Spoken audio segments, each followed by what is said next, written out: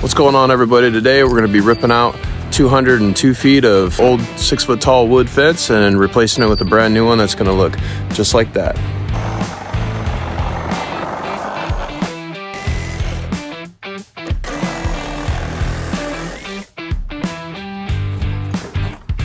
I try to go as low as I can. I'll go 8s all the way down, and then if it's an odd spacing at the end, I'll come back 7 foot on center.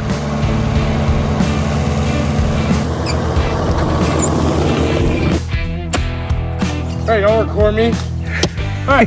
Hey, proof he's actually working. Just trying to be really careful in here. I don't want to break anything. It's really easy to break sprinkler lines. I mean, sometimes you'll think you'll be digging on a root, which in the Northwest here, as you can see, there's plenty of trees and plenty of roots. And so oftentimes you'll be digging and you'll think you're hitting a root because it has a little bit of bounce to it, and you're actually digging right into a sprinkler line. All right, guys, we got a problem. Hit a sprinkler line right on the edge of the hole. To be honest, it's right on the property line, so I'm wondering if it's an old one going in and out. There's a little bit of water in there, but it's not like gushing, but I'm gonna go ahead and fix it anyways.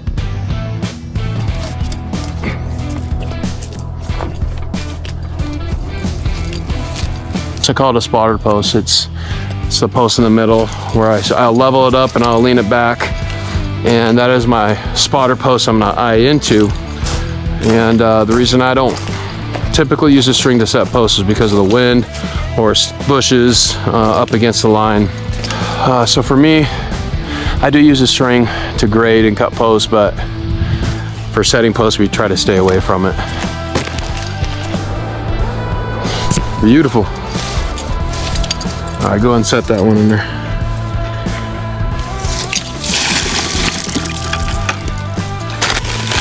And these bags right here are made to pour into the hole like this, so we don't have to mix them.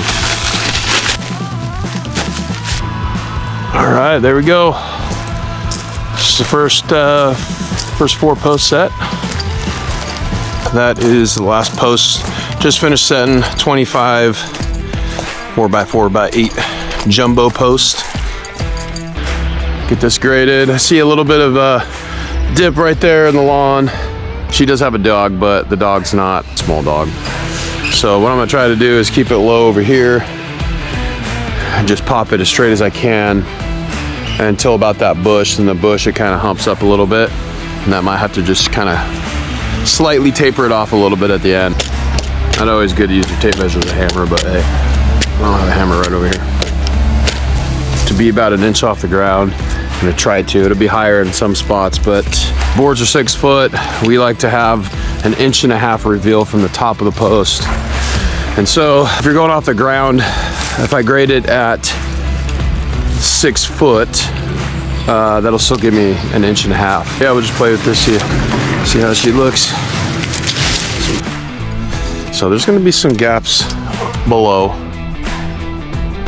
but I can live with some of the gaps.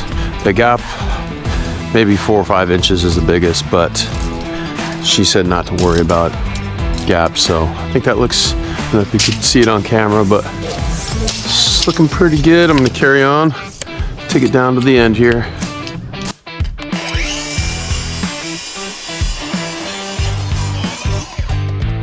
Smooth as butter, baby.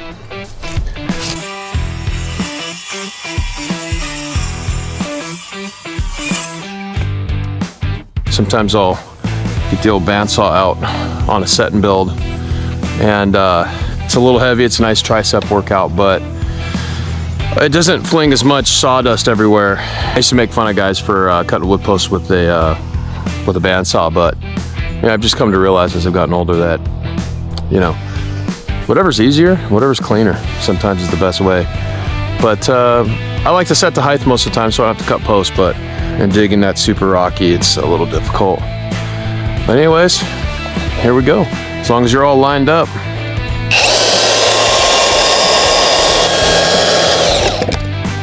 There you go, not too shabby. All right guys, this is how we do it. get our 2x4s all laid out here on the post, and that makes it easy to just grab and mark and cut, and then we cut right into the wheelbarrow, so we're not having to bend over, pick scrap up. I like a clean job site if we can help it. And by doing it this way, it allows us not to have to constantly be reaching down, because you reach down to grab the 2x4 off the ground, you mark it, you set it down, what a lot of guys do, and then they reach back down to grab it again, cut it, then they have to reach back down to grab the scrap. So by doing it this way, and I've been doing it this way close to 20 years, so it just makes it easy. You can just put the scraps already in the wheelbarrow, and then you take the wheelbarrow right to the truck, and that makes for a smooth, efficient build. Checking for crowns here is another important part.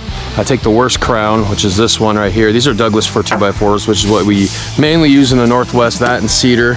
Depends on what the customer wants. And I'm gonna face the good side of the 2x4, if there is one, to this side, because the pickets are going to cover any parts of the 2x4 that are bad.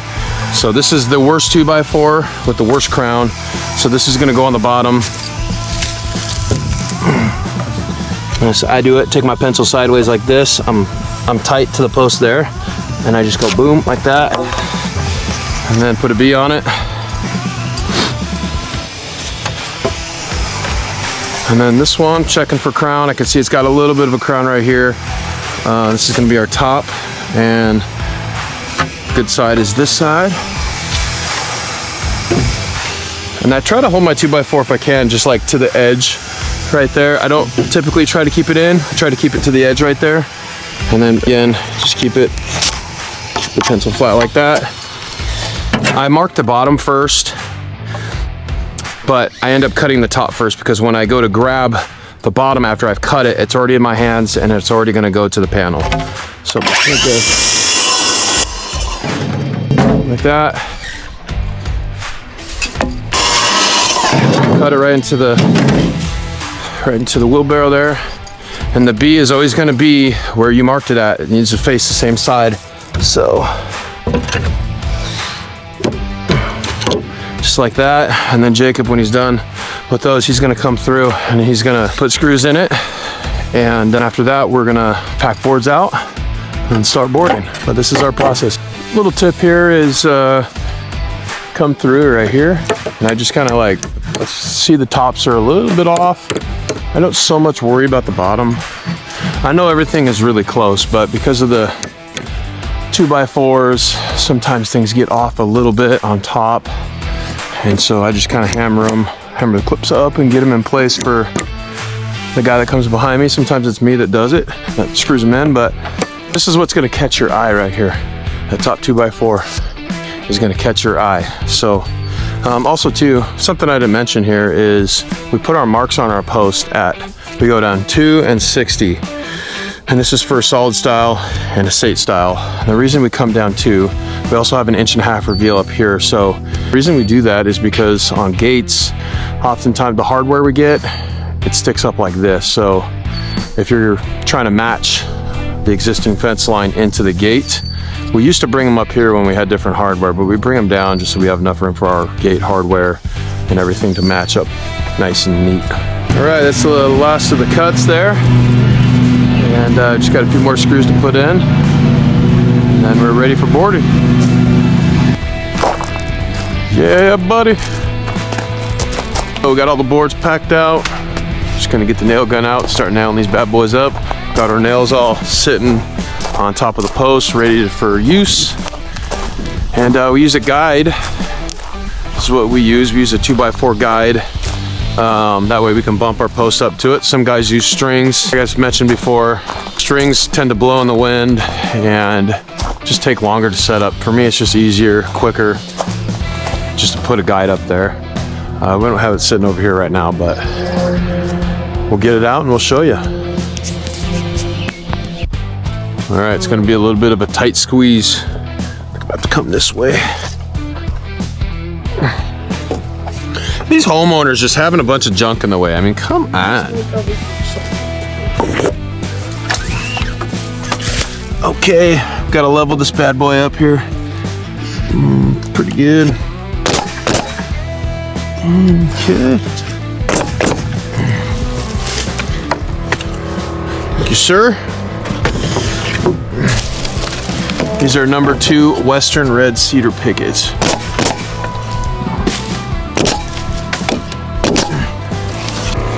All right, here we go. On to the next panel. Should go a lot quicker now that we're out of that little confined spot.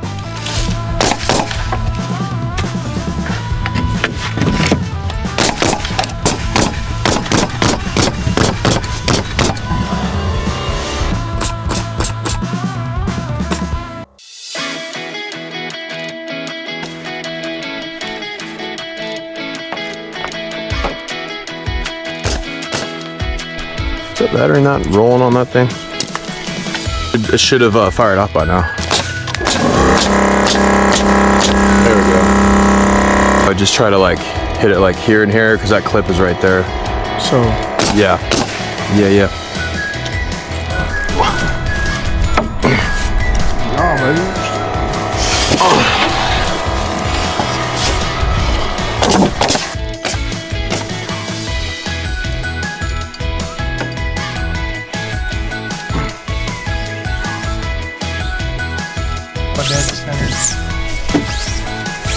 Very nice, very nice, sir. See what our battery's looking like. Are we out there? No. You're not. What happened to you? Uh-oh. Little jammage. Oh, yeah, bro. Always unplug it before to fix any jams here. If it happens again, we'll just change that rack up.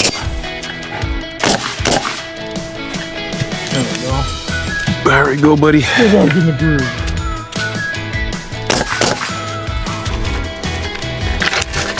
Ooh, a couple bad boards here. We'll put those up.